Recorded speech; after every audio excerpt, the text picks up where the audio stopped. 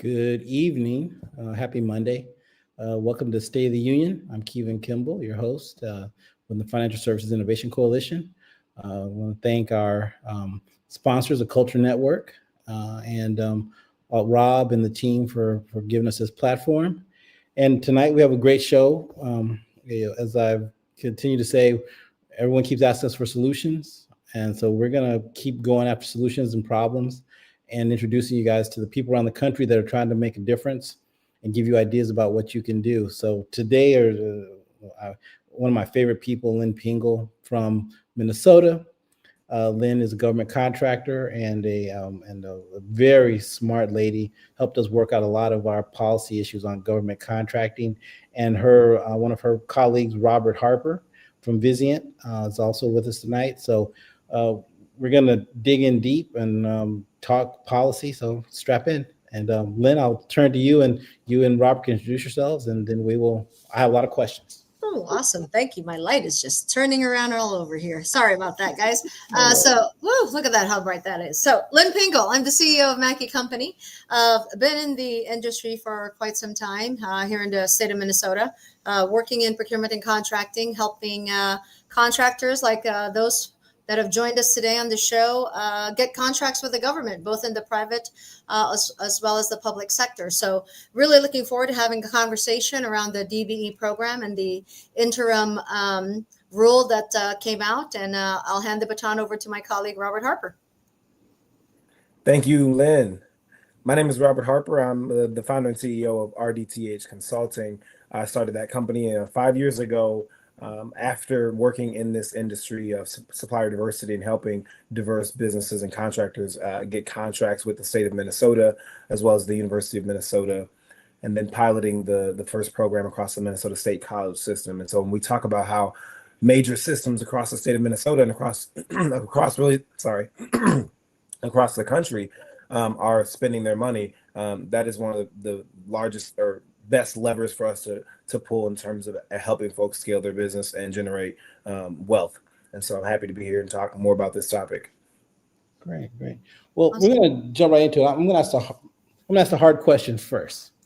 Why DBE? You're going to talk about numbers. We've all seen the numbers. No matter what programs exist, Black and brown contractors. Black contractors in particular get no contracts, right? We're talking less than 1%. So does DBE matter? How do you make it work? Can you make it work? Or, do we have to have a whole new paradigm? So Lynn, easy question. Let's do it. Oh, I was going to tag Robert to answer that one first. Let me kick off with this. So the DBE program started in '84, with the intent of welcoming communities of color into the construction realm, because that was one of the biggest line items in the budget in the United States. Currently, there's over 41,000 firms certified in the DBE program, and they are made up of minorities, women, and economically disadvantaged small businesses. And there are processes in which you get vetted out to become part of the program. And you can be in almost any industry, but the largest of which is the construction industry and professional services. Mm-hmm. And so, is it important? Absolutely. In my opinion, it's important. Was it a perfect system when it was implemented in '84, '85? No. They were kind of building the plane as they were flying it. And so they learned quite a few lessons. And in the last 10 years, the DBE program started to become its own. And then obviously it got attacked. And so I'm going to hand this over to Robert and talk about this attack that just transpired. Yeah, as Lynn talked about, a lot of contractors rely on the program, as we said, 41,000. And so without the DBE program, out of the 41,000, what percent actually get contracts? That's a great question. I'm not sure what the percentage of who gets those contracts, but that's just the number of firms that are certified as a DBE. Right. Yeah. Well, for instance, and I'm not gonna make this easy on you guys. As I said, I'm not gonna make it easy. We're gonna dig on this one because I want to be. I don't want to promise people jobs they can't get. So, right. I want to talk, but we know, for instance, in New Jersey, there are 11% of contractors are African American, but 0.14% get contracts, right? Yeah. So with that backdrop, go ahead, Rob. So talk about the program. You know, so we look at a state like Minnesota, right? And we look at the disparity study that we just did in our state, and you can look at those across the country, and you'll see that there are, hundreds of Black, brown, and women-owned contractors that are getting contracts with those entities. And without a DBE program, oftentimes they won't get a contract because that would force prime contractors and others to bring in and partner with diverse firms. And so that's government using its influence to really change the behavior of the private sector. And so when we take away a program like that, as we've seen with this interim final rule coming out of the federal government, you now remove that responsibility from these majority owned companies who have had contracts with large government entities for decades. And if you don't influence that and encourage them or require them really to bring in Black, brown, and women owned firms, then they won't. And then the racial wealth gap that we see that continues today will continue to grow. So I'll piggyback. I'll go to the hard numbers. I'll go to the hard numbers. Rob doesn't want to go talk about. So let's You should have look warned at, him, Lynn. You know me. You should have warned him that we were going to give. he just got to get comfortable. He just got to get comfortable is what it is. Right. So 41,000 are deemed to be ready, willing, and able. That means they got the capacity, the capability to do the work, right? Mm-hmm. So in a program where there is minority and women, Black and brown and women, on average, somewhere between 4 and 10% is all we get. Okay. And we can drill down in terms of what that economy looks like and how much harm this can do as we kind of go through the show. But that is a significant amount of number. So when you're looking at in the state of Minnesota, the recent disparity study, somewhere around 10 to 12%, 10 to 15% of communities of color got contracts. Well, who else got the other contracts? I'll just be bold and honest. White women got the majority of the contracts. And since the inception of DBEs, 96% at its highest of white women got the contracts. We need our white women in the program. They are considered minorities because in comparison to the bigger picture, white men are winning. Right? White men are winning. And we'll dive into all the lawsuits that talked about unfairness and discriminatory factors and things like that. And I will counter every single one of them in the rebuttable presumption in terms of how do we ensure we can make this happen. So when you're looking at, latest studies of 23 to 25, they're reporting that minorities have received somewhere between 6 to 10% somewhere in the United States. Right, wherever that 10% is, I've yet to find, but reports average about somewhere between 6 to 10%. Most of that's white, and most of that will be white women. That is correct. Okay. So, question for you: we talk about DBE, and Rob mentioned getting firms to look at people. It's almost as if it's a charitable exercise, right? When this first started, one of the reasons we had this conversation is when we first started in the '60s. With anti-discrimination. This is anti-discrimination because DBE is basically a bastardization of an anti-discrimination process, right? So why not go back and just make make the government prove that every contract they gave is not they weren't discriminatory? I mean, why? They tried to make it easy on them, but the easier they tried to make it and the more systematized they tried to make it, the more they took away from us. So why not just say, okay, state of Minnesota, you're going to give out $3 billion worth of contracts. Here's the 200 contracts you're given. Why'd you pick this contractor versus this Black contractor? Why'd you pick this? And make them prove out their processes. Rob, take this one because we talk about anti-discrimination. Right. I mean, so yeah, as you mentioned, it is, some form of affirmative action policy that we're talking about here. And that's why I think it's important for us to fight back against this attempt to take it away.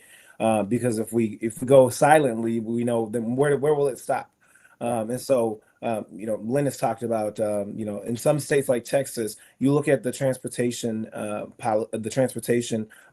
organization, right? And at the state level, there were only six contractors that made up 87% of all of the transportation dollars that were spent in the state of Texas. And so this is what we talk about when we say the good old boys club and the network, right?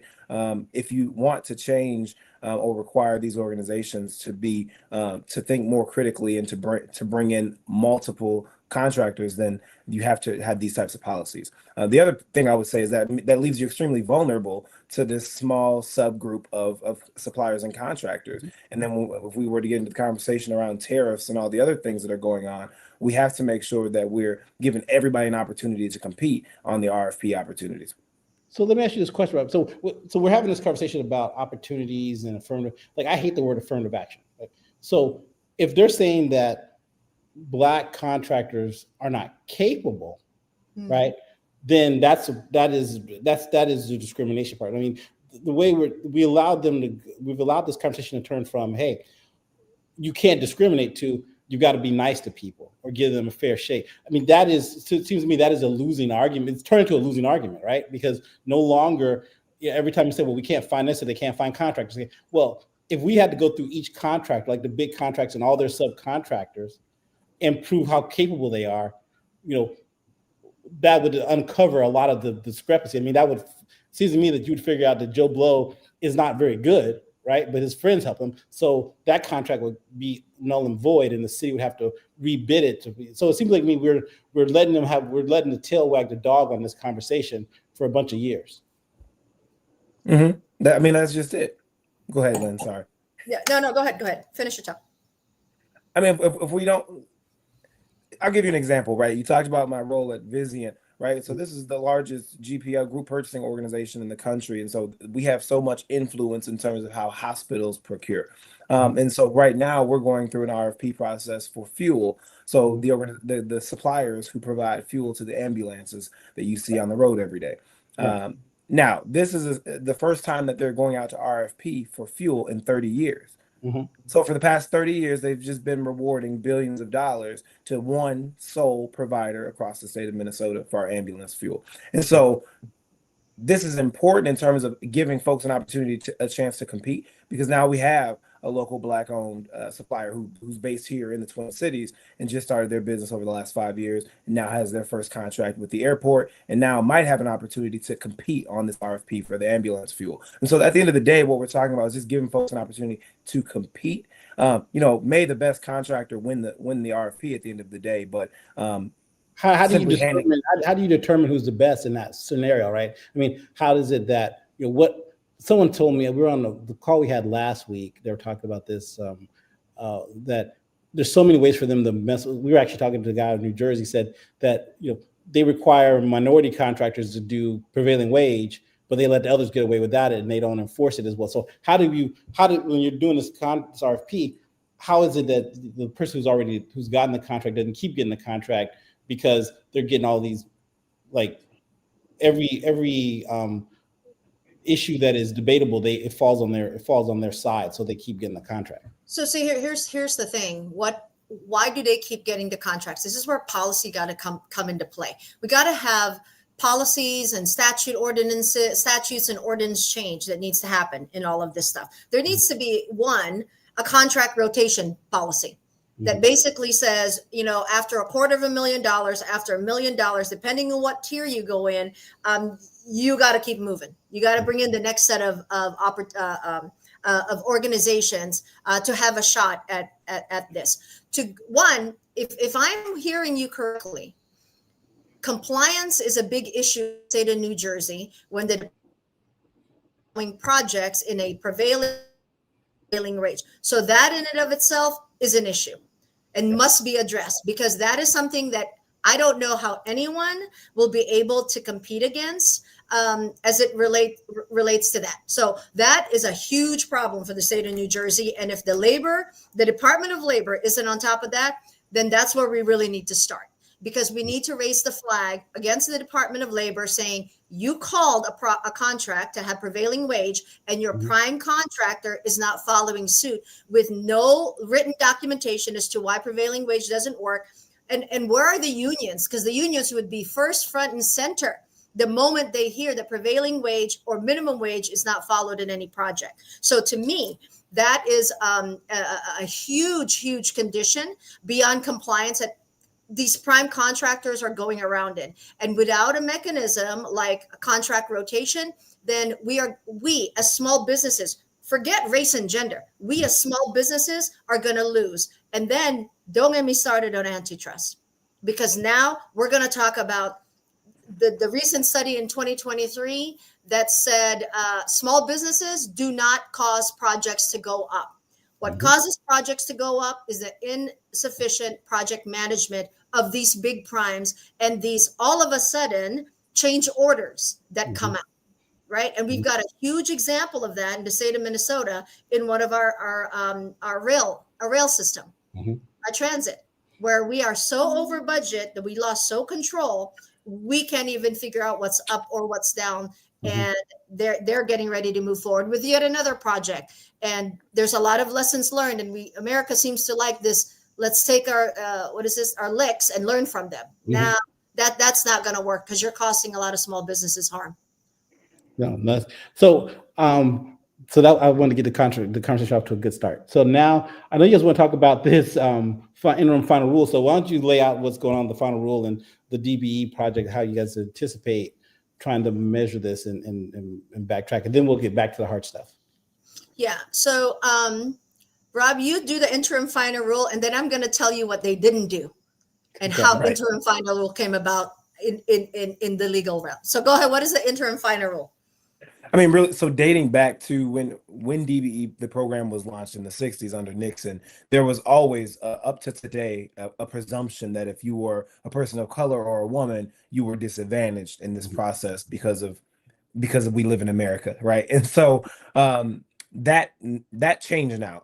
Early October, we had the interim final rule that came out of the federal government, and it says now that you will no longer be automatically deemed disadvantaged because you are a woman or a person of color. So now you've got to suddenly prove that you're disadvantaged, which is problematic for a number of reasons. But first and foremost, proving that you're disadvantaged and having that process be verified by an organization, a government organization that doesn't have the greatest track record of being able to work with your community and people that look like you. So why would a contractor trust the process that they would be ultimately deemed as disadvantaged after this review? Right. Okay.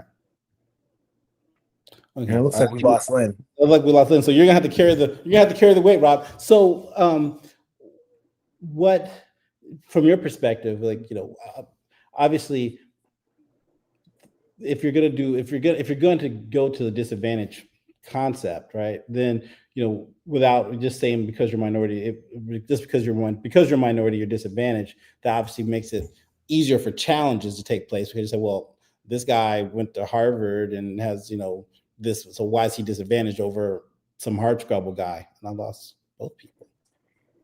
No, I still got you. Okay. Sorry, that was me. That was me. Okay.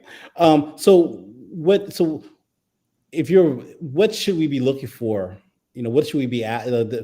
We know this thing is going to, the one good thing about Trump, and I say is that their willingness to cause upheaval and change all this is going to give us an opportunity to have our say. I mean, we may win or lose, but we're going to have a chance to say. So, Rob, how would you redo it? Or Lynn, what would you want to see happen if we're going to not accept these changes?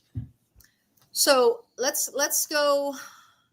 I'm sure Robert talked about what the IFR does and what the suspension means to businesses, right? And did we go into the effects of it if we continue? The economic harm and all that other jazz? Did we touch that part? We didn't get to that yet, so go ahead. Okay. So let's talk about what they did to make this work, right? When policies like this traditionally come out, there's a process. You can't just be passing interim final ruling without public engagement or public comment period. Yeah. They bypassed all of that and put the IFR in place and then said, oh, we're going to do the public comment before. The public comment is an afterthought. That public comment, for those of you guys who are on the show, ends it ended, I think, November 3rd. Mm-hmm.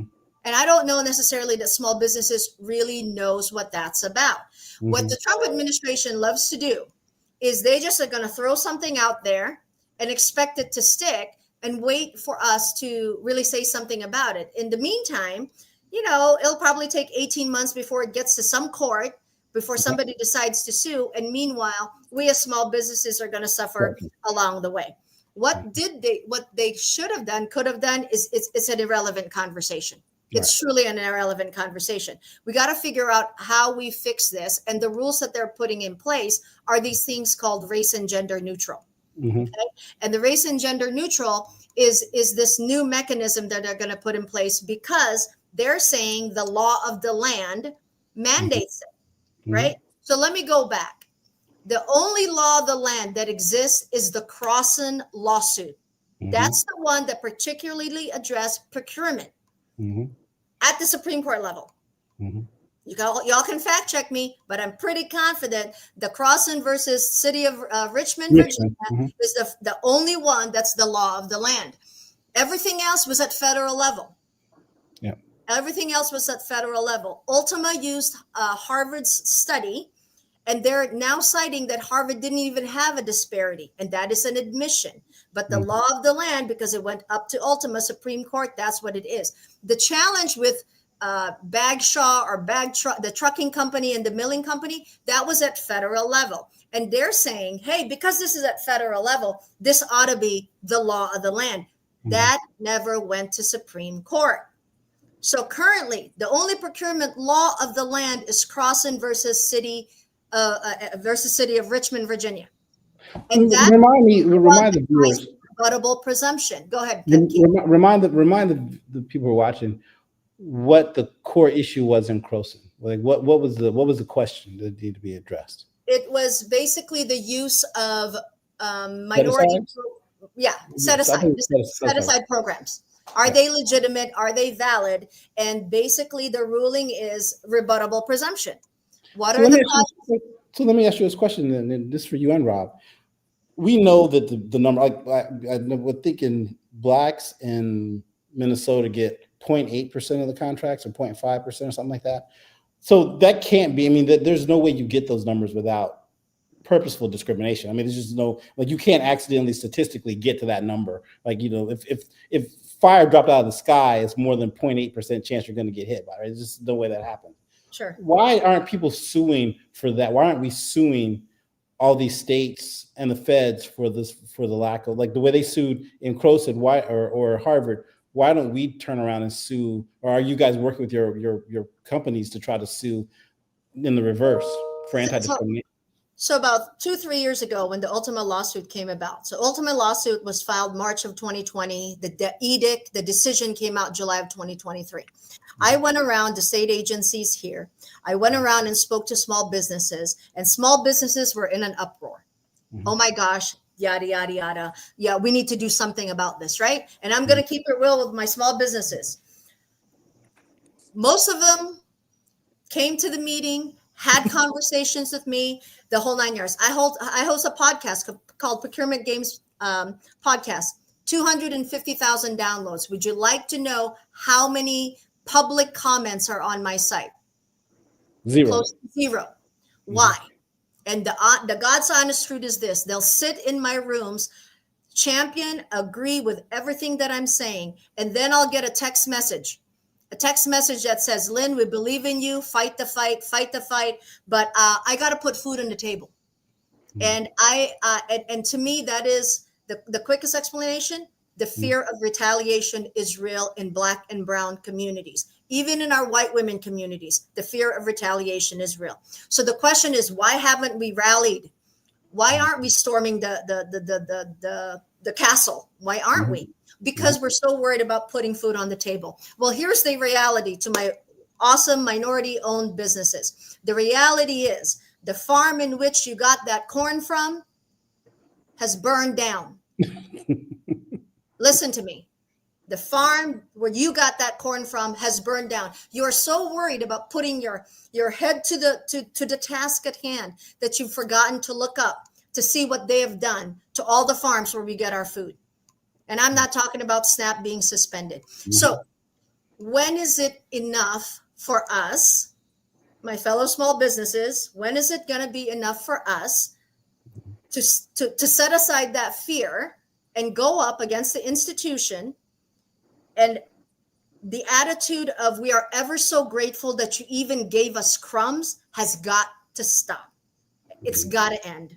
I'm so sorry. It's got to end. I know it's a struggle to put food on the table, but no more food is coming your way because of what they're trying to do, what they have done. Yeah. Okay. Rob, is that much? Is that real? That's real. That's pretty real. We're going to get realer before it's all done, but go ahead, Rob. I mean, and the other thing is, we've been turning the other cheek for decades. Entrepreneurs are just taking it on the chin and saying, okay, well, I've got to, now I've got to diversify my revenue streams, and they pivot and go into a different market. This isn't the fight that a lot of entrepreneurs feel like they need to, to die on the sword with, right? They say, well, okay, well, I'm going to go focus over here. At the end of the day, we're trying to get an opportunity to participate in the mainstream economy.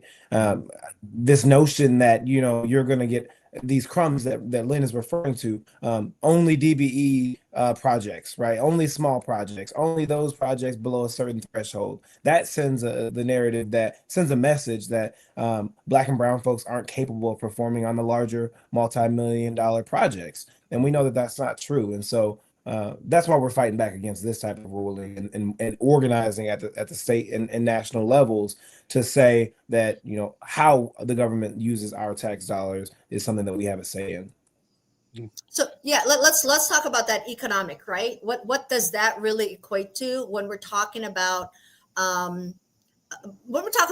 We want to talk about statistics, right? There's 80 billion, 80 billion allocated in June 2024 alone for DBEs. Mm-hmm.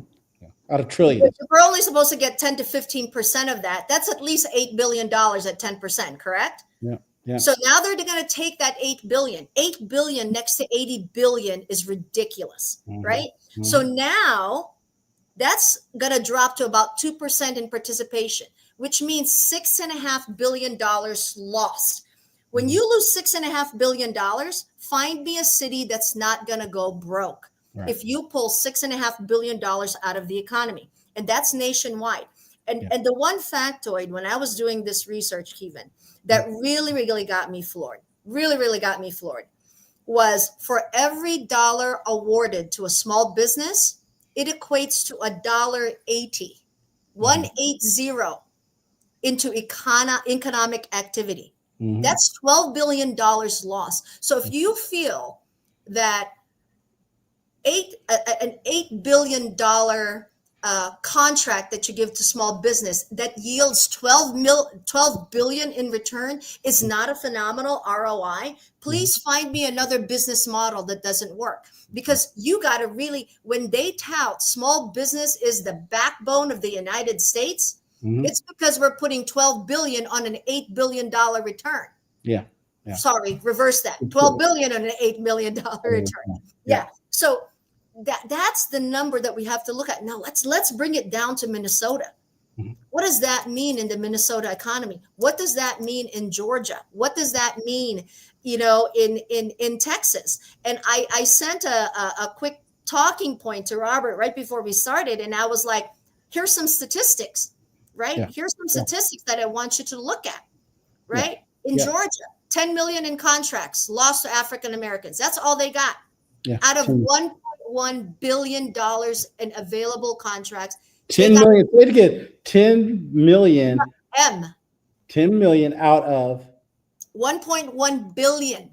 Yes. Statewide. So that's like 0.1%, right? It's not even, it's 0.0. Yeah, 0.01%. Yeah. Mm-hmm. Yeah. So. Yeah.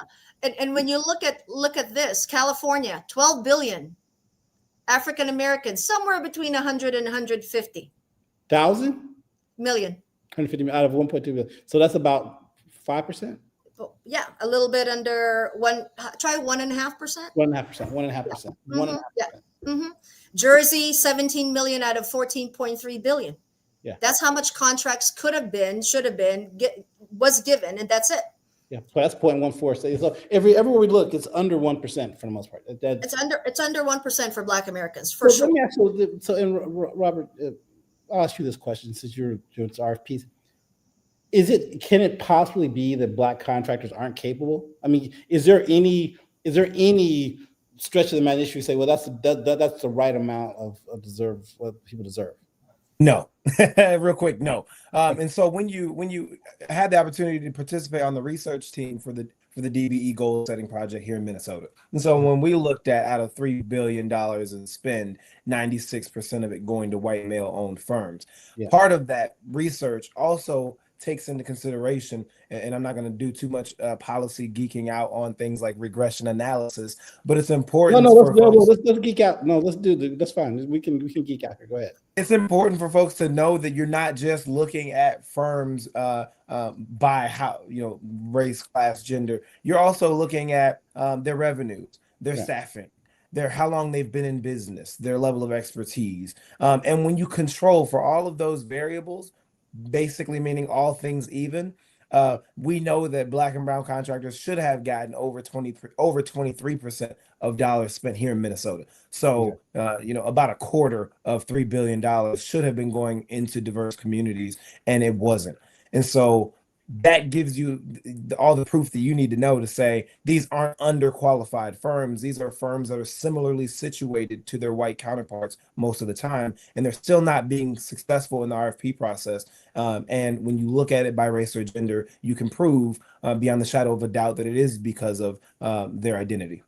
So how are they able to get away with that? I mean, how are they able to discriminate at that level with the contracting? I mean, because we're not talking about 3 or 4%. We're talking about 99% of people being discriminated against. How are they able to get away with that? I mean, RFP processes are subjective. I mean, you can't prove that the reason that I didn't give Lynn this contract and instead I gave it to Kevin is because she's a woman. You can't prove that. It's kind of like, when folks say all the time, they're not going to call you the N-word out loud anymore. Yeah. They're just going to award the contract to somebody else continuously. And there's no way that you can really prove unless they slip up and send an email that said, we're not going to select this supplier because X, Y, and Z. Go ahead. I'll pivot to a different industry. Let's go to getting a loan at a regular bank, and you get rejected. Yeah. Right. Yeah. You've heard the story. Oh, your credit score or your financials or all of that stuff. But at the end of the day, supposedly the information goes through an automatic system and no human touches it to provide neutrality. Well, I call bullshit. Right. We all know that's bullshit. Right, because the next guy next to me who has a different skin tone that just happens to be lighter does not have the great credit score, but happens to have all of a sudden the perfect, what is that, AI approved application? For as long as I can remember, AI just came out in the last 24 months. So I'm not really sure what that automated system in the banking, equates to. So it's subjective, which is the same thing that's going to happen in this narrative that's being required by the DBE program. It's the exact same protocol for the SBA that they did, and they don't have it now.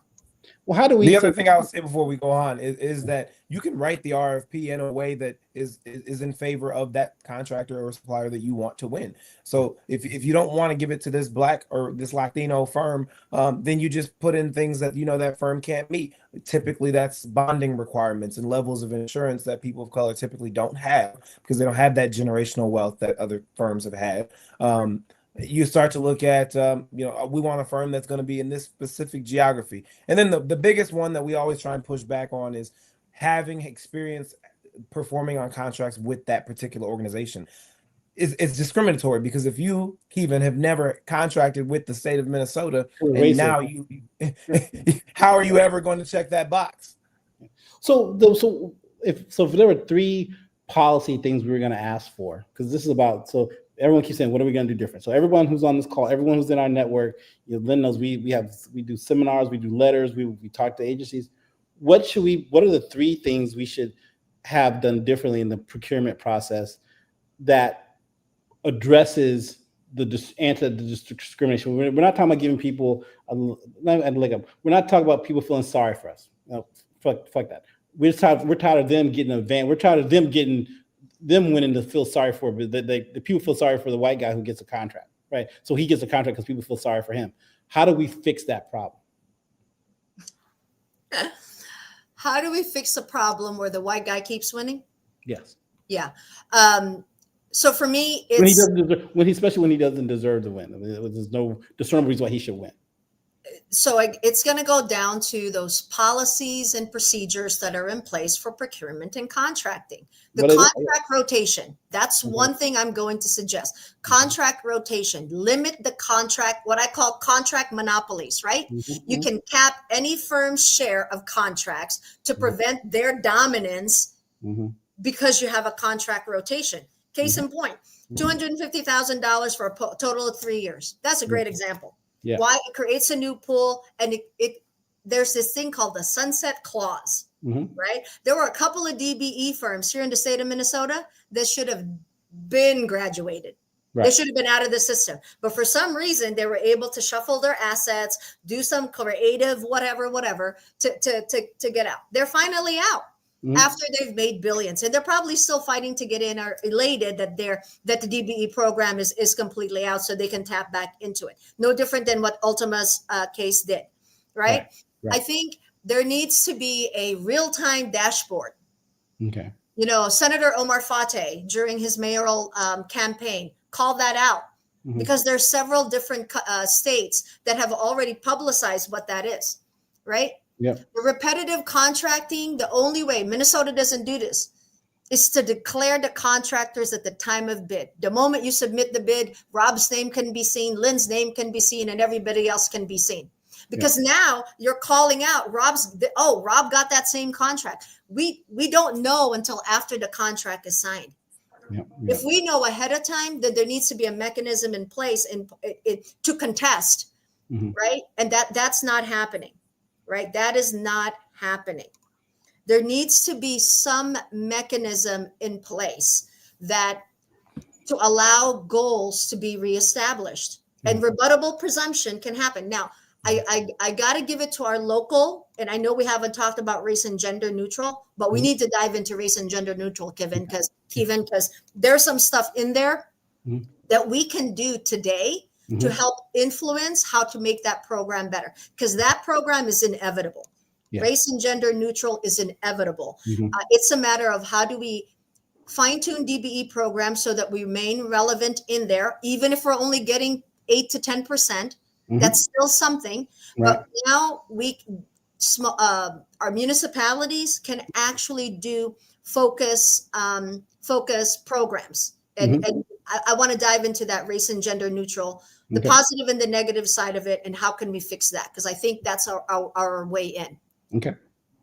Lynn talked about it. I mean, with rotating the contracts, I think that's a big one. But that dashboard, public visibility to where these contract dollars are going, who was awarded the contract, and how long is the contract, and when is there an opportunity for someone else to compete. And again, when we say rotate, we're really only talking about in those categories where we know there are diverse businesses. If we don't have Black or brown firms in a particular industry, then we won't complain about the fact that there's lack of representation. We're complaining about the fact that we know that there are qualified, capable, and willing firms in these industries to do the work, and they aren't being awarded the contracts.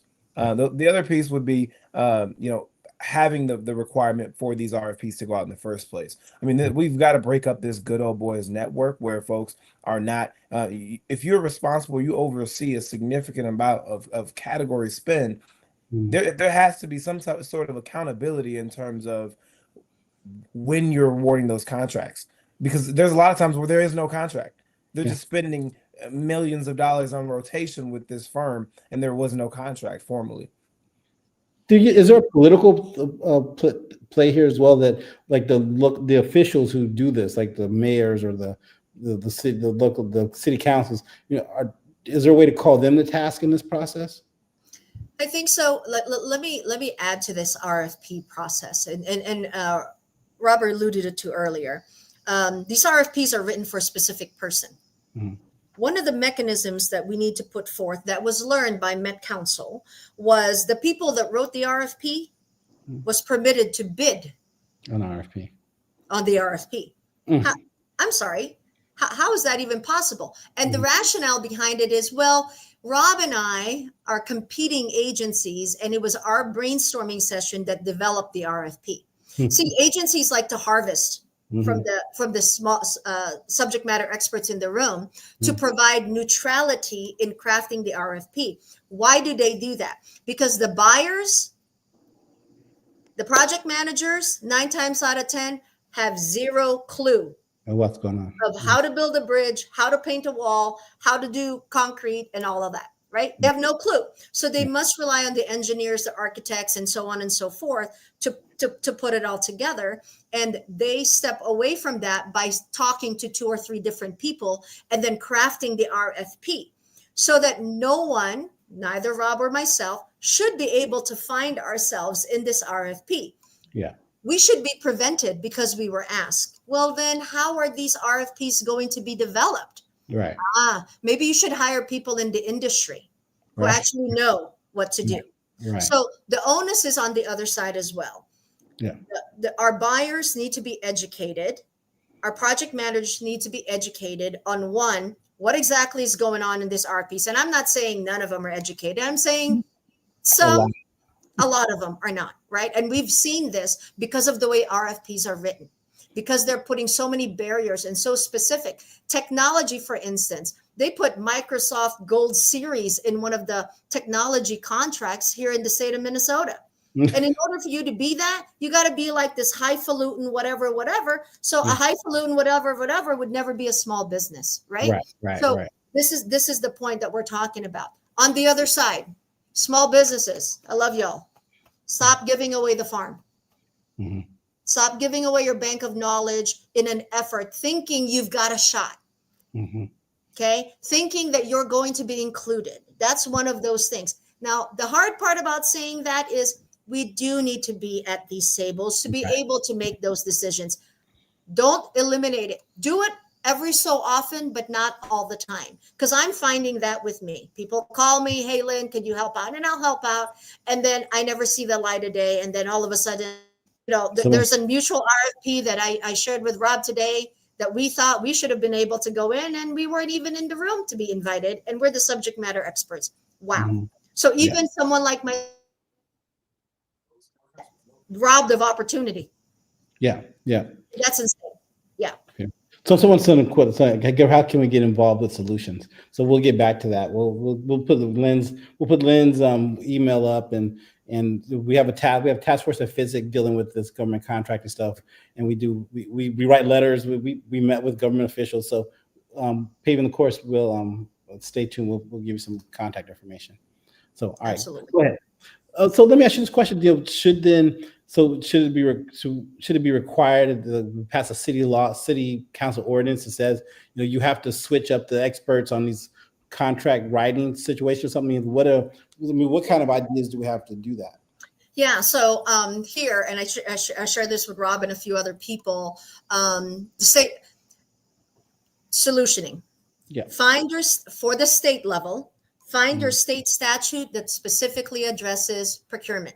In the state of Minnesota is statute 16C and 471 for Met Council. You got to do both of them because both of them deal with procurement. And we happen to have a special transit authority that's indirectly assigned dash lines, but they follow. Yeah. Identify what your state procurement statute is, then come to FSIC. Let's talk about how we modify those. Then we go to city ordinance. When you go to city ordinance, look for their buyers program, look for their procurement program, look for their contracting program. 9 times out of 10, there is a ordinance for it. Yeah. And let's figure out how we modify those. How do we modify 16C.123 that says, and this is where contract rotation could apply. One of the less popular solutions that I put out there in DC, actually last spring, was this idea of census-based contracting. Yeah. Right? That way, nobody across any ethnic group, any gender group has a bone of contention with. The state declares a flatline goal of 25%, and regardless of the population, qualified, ready, willing, and able, right? 25% goes to Black, 25% goes to Brown, And if you can complete 25%, let's say there's 100 Black contractors available, ready, willing, and able to go, right? And there's 1,000 white contractors ready, willing, and able to go. Due to population, you get 25%. So of course, $250 for the $1,000 group and $25 for the $100 group. But at the end of the day, it's even Steven across the board, 25. Now, people will object. Well, what if we don't have qualified people? Then at that time, you make the decision to go, okay, since we couldn't get our 25% from our black pool, because they didn't respond, whatever excuse you can come up with, whatever, right? Then let's go to the next best thing. Let's go to our Asian group.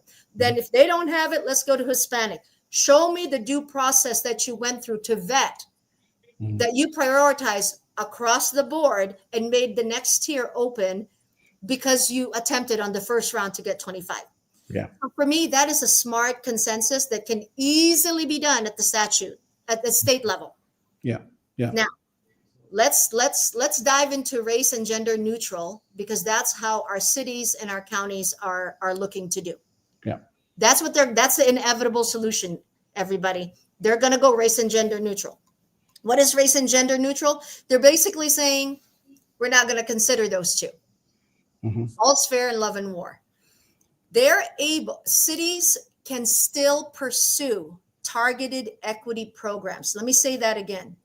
Cities can still pursue, counties can still pursue targeted equity programs, so long as their disparity study can prove rebuttable presumption. Rebuttable presumption meaning strict scrutiny, meaning that is the highest judicial level. That's how Ultima won.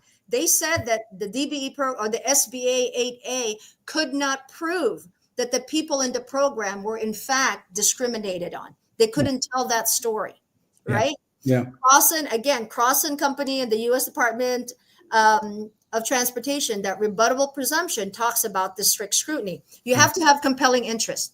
Yeah. The state of Minnesota, the state of New Jersey has compelling interest that Black and brown, let's just go Black Americans, there's people available, but they didn't get the contracts. Blatant discrimination proven by statistics. That's compelling interest. And then what can you do to remedy that? The remedy is a race and gender conscious program. But the cities and the counties are afraid to use race and gender conscious because of this lawsuit. They're failing to reconcile that Crossan is still the Supreme Court of land. Now, in defense of the cities, because I've worked with the cities and the counties, they are putting measures in place to ensure that we, minorities and women, are still winning and we still have a shot. They're putting it in place. Wait, Lynn, I want to correct. We know that before this process, we weren't. I mean, winning is a relative term. I don't want to get the idea that they're putting a situation in place where we were winning, we were getting 0.1%. Maybe we'll skip 0.01%. I mean, the winning is a relative term. Like we're not going to get better than what we have now. We're going to get less of what we have now in this process. Oh, we're going to lose. If we don't make changes to the current race and gender neutral policies that are in place, it's going to even be more harmful. Case in point, City of Minneapolis, City of St. Paul, City of Minneapolis already has a race and gender neutral program in place. Yeah. They've had it for a minute. But what's emerging, because they're not putting language in there that makes sense, is they've inadvertently created a preference program. Now, wait a minute. I thought you said it was supposed to be neutral. Yeah. In a race and gender neutral program, the City of Minneapolis, City of St. Paul, average 80 to 85% contracts going to white males. Right. Make that make sense if it's supposed to be neutral. Right. Okay. Right. And this is going to happen across the board. So I'm not saying let's fight. I'm saying if we can't beat them, join them. But let's modify the rules and regulations to allow for contract rotation. Let's modify it. Yeah. It can be done. We can cap it. We can do all of these things to make it work. And as small businesses, we need to be aware that if we champion for change like cap rotations and census goals and these types of things, contracting transparency dashboards, that's within our right to make that request. And what I'm going to implore our small businesses is let's join together and let's go for the gusto and make this request. We don't have to yell. We can be intelligent enough to articulate that contract rotations make sense. And I've spoken to cities, I've spoken to counties, and they're like, Lynn, this is solid. this actually makes sense for us, because then it takes away from all of the frequent complaint of you're using the same people, we're not winning. Because that was the reason why they cut down the DBE program anyway. They flipped our own complaint that we're not winning contracts. Well, the program must stink. So since Black and Brown constantly were, complain that they never get enough, let's just destroy it. No, we can't do that. We can't do it. We have to be a little bit more strategic in our approach. Yeah. Rob, you got anything to add on that? Well, the other thing I would add, and I saw one of the questions around like what we can do in this space, and you touched on most of it, Lynn, but in addition to that strict scrutiny, I think it's important to call out the fact that the programs also have to be narrowly tailored. So what that means is really that you can't go above and beyond. You can really only enforce a program to address the problem to the level of which the problem has been identified and measured by the disparity study. And so I think that's important for folks to know, that you're not creating these programs to give minority populations some amount of resources that they don't deserve or are qualified for. The other thing I would say is that we've got to do a better job as community members, really making sure that we're not just looking at the big shiny toy. You ever notice, like, whenever there's a new big NFL stadium, like we did US Bank Stadium here in Minneapolis, whenever there's that big project, that shiny toy, the government is talking about the minority and women inclusion on that project. But those dollars are less than the everyday property maintenance that goes into these ongoing projects that we're not seeing every day. So I really encourage people to not be distracted by the big flashy toy, but also be asking questions around those lower threshold purchases that are happening every day. The paints the lines on the road and those kinds of people. Yeah. Exactly. Well, and I'm scanning some of this stuff, right? And I think one of the things is that disclosure of who the small businesses are. That really is really important. And some states do better than we do here in Minnesota. I'm not really sure why Minnesota hasn't taken on that aspect of it, but I don't know which state you're talking about. I haven't seen a state yet where the numbers are really better, but okay. Pennsylvania has actually got good numbers. Ohio. I actually looked at that, so we can talk, because I know that they've isolated their minority numbers, like the $750 million, but that's not that much of their overall budget. So they've, in that little small part, they do pretty well on a little set aside. But for the bigger, that's still less than 1% of all government contracts. It is, and and the way that Pennsylvania is pivoting is towards that race and gender neutral conversation. They're allowing for contract rotations to happen, right? I mean, Hennepin County is like far ahead, and Rob, you can back me up on this. They've done so much better in their contracting and everything. But look under the skirt, and you're going to see the same small businesses. Regardless if it's black and brown or white or purple or orange, they're the same ones, have lived because there are no sunset clauses. We got to have sunset clauses. Look, I want black people and brown people to win. That's the name of the game. But we also have to have sunset clauses for them. The other thing I want to point out, it's hard for black and brown to even become primes, right? We can't even get in to do. We have to form joint ventures with a big guy, and then the big guy is on their terms and conditions. And one thing I'm going to caution anybody who does do JV, if you're going to bring a project to a prime, make sure the first condition is your name comes first on a JV, period. Otherwise, go find another prime, because if your project is big enough, should you be that fortunate, if your project is big enough, and there are those that have proven it and can win. But don't let the big guys dictate how your joint venture is, because they're providing financial backing. Secondly, if you do get the opportunity to work with a prime, there has to be conditions so that your bonding capacity is benefiting. You may have to sacrifice a little bit on the profit side and things like that, but know that as long as you have title to that project, you can develop your bond. So take a hit on the pocket, because play the long game. play the long game on these bonds. And I'm speaking from construction side. I'm speaking from technology side because I've seen it happen as it relates to that. Yeah. All right. What else? It's almost 9. I mean, we can go longer, but it's 9 o'clock at night. I like people get the rest of their day in. But and we're not going to solve this today, right? I mean, this is a problem that's been going on for like 100 years. So, but I do want to give people keep always asking me, what are solutions? What are solutions? What can I do? What can I do? One thing, I have people come on and say, this is what we're doing. This is what you can do. You know, you can donate, you can file a lawsuit. People are not doing what they need to do. So there's anyone who's listened to the 5 or 6 episodes we've done so far cannot no longer say they don't know what to do, because every week I bring somebody like you guys on to talk about what can be done. So, Robert, do you want to close this out? Do you have anything else you want us to add? And if there's any other questions your email, you guys, Tracy, can we make people's websites available or emails and stuff available? Sure. Okay. You want to? Okay. Yeah. Feel free to plug my information. Well, we'll say we'll put it up on the site on the YouTube so people can go and get it from YouTube. Awesome.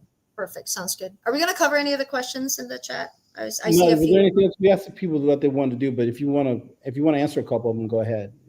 And I don't know if you had enough time, or if you could actually make it make sense for in the conversation. Yeah. Go Yeah, ahead, I Robert. can't see the question. You Here we can't go. see the questions? Nope. Go to comments on the right side. But go ahead and recap it, what you're thinking, Okay. and then I'll read through the questions and see.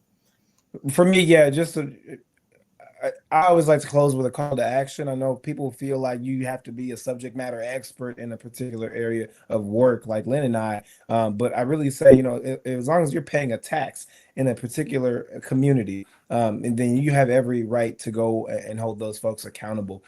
For me, I even went back to my high school that I graduated from, and I met with the superintendent, and I asked, how I said, the school district, it's Columbia Heights, Minnesota, for anyone who's familiar with the first ring suburbs. But you've got really in most of those first ring suburbs, the economic engine is the school system, because there aren't anything corporations based there. And so I asked her, we have a majority minority student body, but do you know how much of your dollars are being spent with Black and brown businesses? And she's like, oh my God, I'm so sorry. I should know the answer to that. And that's really all I encourage everybody to do. If you have children enrolled in particular schools, or if you live in a certain city or county, hold those people who are in position of authority accountable for at least doing the work to know where our dollars are going. We can talk about equity later, but first we want to be at the fundamental level of transparency. Can you tell me how many of my dollars are even going to people who look like me?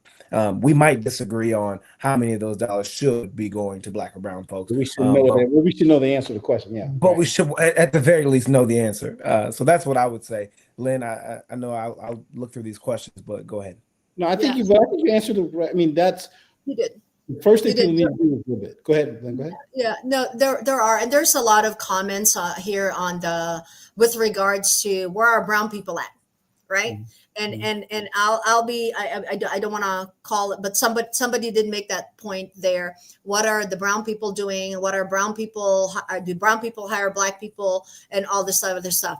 I can appreciate that, because I, for one, am not sometimes popular with my own being Asian, because I've called my Asian brothers and sisters and I've called out my brown brothers and sisters saying, y'all are benefiting from the struggles of Black men because they're the ones with the loudest voice fighting.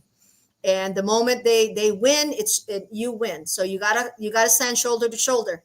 And sometimes you got to take lead. Now, for my Black counterparts, sometimes it's a struggle for them to let go and allow brown people to assist in the fight, because I can't tell you how many times as a brown woman, I've been told, you don't understand the Black struggle. Well, I can empathize with it. I do have my own struggles. So let me fight this battle with you instead of making it just your own. So there's mutual understanding that needs to happen between Black and brown, because here's what they don't want us to do. We keep thinking Black don't help brown, brown help Black, and all this other stuff, right? They want us infighting. They want us infighting. And until we stop infighting and figure out that we need to join forces regardless of our differences, they're going to keep winning. With regards to the white women comment, we have known And this is the reason why they want to toss the DBE program. Black and brown have complained against white women because 96% of the contracts go to them because they are the front to their white men husbands, right? Mm-hmm. We know this for a fact. And they have now flipped all of our complaints against us. That's why they want to throw away the DBE program, saying it's defunct, right? Mm-hmm. And so we, fortunately, we need our white women voices because they were the ones that got us where we are now. Because without them, we wouldn't even have our 3 or 4 or 5%. I'm not saying that it's right. I'm simply saying that's the facts. Mm-hmm. But I'm most disappointed, and I will own this, and this is a public forum. Where are my white women, and why aren't they yelling and screaming, knowing that their white male counterparts are stepping on them? Mm-hmm. We need to rally them up and say, come fight this with us. Black, brown, and white women, we need to come together to protect the DBE program and help us fix it. Don't destroy it. We know you benefited. Why aren't you yelling and screaming for your 96%? And why are they making this about race? This is about small businesses. They're putting race in front of this instead of the reality of the situation. And that is small businesses is being removed. So we got to join forces as small businesses. And then we fight within that percentage share and put some proper laws in place at statute and ordinance level to make this make sense for us. Solution. And so I want to close with follow FSIC Coalition. There, we have a task force on procurement and contracting and infrastructure. Kevin has all the information. Follow this YouTube channel because there's more information that's going to be there. My contact information is going to be made available. MackeyCompany.com. You see my name there. Mackey Company is my website. You can reach me through that way. And let's find a way to collaborate. I see a lot of, this is national. I'm seeing not just Minneapolis people here. There's folks east, west, north, south. So this is the movement that we need. If this is a change.org movement, let's figure out what that change.org moment looks like. But working with FSIC Coalition, I have to tell you, Kevin did not really disclose exactly what he did, but he's a bomb.com policy advisor, and he can push some stuff. He redlines a bunch of policies. He knows how to get it done. What we need is individuals in each city and each state championing. We all need to be singing the same doggone song. And if this episode is something that you resonate with, cut and paste the link and share it with everybody on all your social media channels. Cut and paste elements that you connect with and make social media feeds. Just tag Mackey Company, RDH Consulting, FSIC with it so that we can follow you and go from there. So with that, I'll hand it over to you, Kevin, to shut us down. Rob, you're good. Anything else you want to say? I'm good. Last thing I'll say, because Lynn got me going. But really, that question really for allies. We do need white women at the table. We need white men at the table. I'm always frustrated when folks show up for a Black Lives Matter protest, or if there's some criminal justice reform. There's something that's in your face. But economic justice is what's happening behind the scenes. And if you truly consider yourself an ally, then it's important for you to also be asking these questions and picking up the torch and helping us in this effort as well. Excellent. Well, it is 9:07, so we went a little over, but thank you guys for coming, Lynn. I have one more thing. Okay, good. One more thing. Rob and I are working on putting a DBE certification narrative support workshop to help our certified DBEs get recertified. We're going to tie that to an all-day event with FSIC so that we can do an informative session, much like today, on other areas like Black wealth and financing and things like that around small business. The first one's going to happen here in the Twin Cities, but maybe we'll do a virtual for those that are not there, or maybe we can host one in your city and state. Let's figure out what the dynamics look like to help our DBEs get through this recertification process, because I do have all of the mechanisms to try to get you to craft your narrative for the win, and that type of stuff. So just kind of keep that in mind and stay tuned to FSIC. And if you haven't subscribed, like I said, subscribe and get on the website. All right. Startups as well. Yes. If Yeah. you're trying to get your DBE certification, you'll have to do the narrative and all of that. So if that's of interest, let's figure out a way to make it happen in your city or in your state. And Kevin and I travel. Just give us. I don't want donuts though. I want bagels or something. I don't know. Making egg and cheese sandwiches, omelets. Anyways, guys, thank you for doing this. I mean, thanks for the time. Appreciate you. Thank you for this platform. I appreciate you, brother. Great. All right. Good Take night, care. guys. Bye.